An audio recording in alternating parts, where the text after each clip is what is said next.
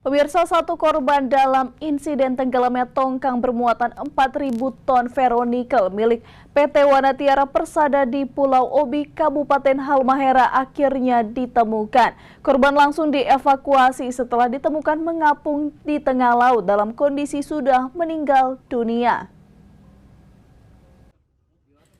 Satu korban hilang dalam insiden tenggelamnya kapal tongkang bermuatan 4.000 ton ferronikel di perairan Obi, Kabupaten Halmahera Selatan akhirnya ditemukan. Korban atas nama Nur Ilham Syah, laki-laki usia 23 tahun, ditemukan oleh nelayan saat sedang melaut. Korban ditemukan terapung di tengah laut sudah tidak bernyawa atau dalam kondisi meninggal dunia pada Rabu dini hari pukul 01.10 waktu setempat. Mendapat laporan tersebut, tim SAR gabungan langsung menuju ke lokasi dan mengevakuasi korban yang diketahui sudah memasuki hari keempat pencarian.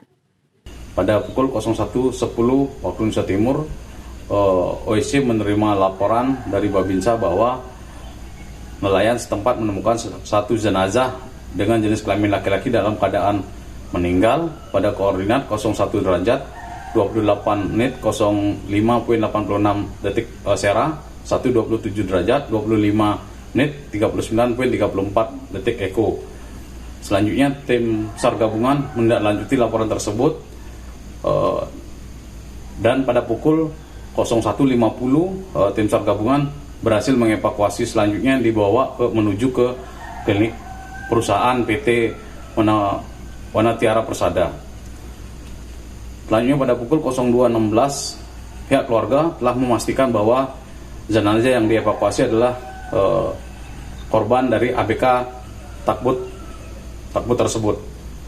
Diketahui korban merupakan warga asal Goa, Sulawesi Selatan yang bekerja sebagai anak buah kapal Tugboat Pacific 19 yang ikut terseret tenggelamnya tongkang bermuatan 4.000 ton ferronikel milik perusahaan tambang PT Wanatiara Persada di Pulau Obi, Halmahera Selatan.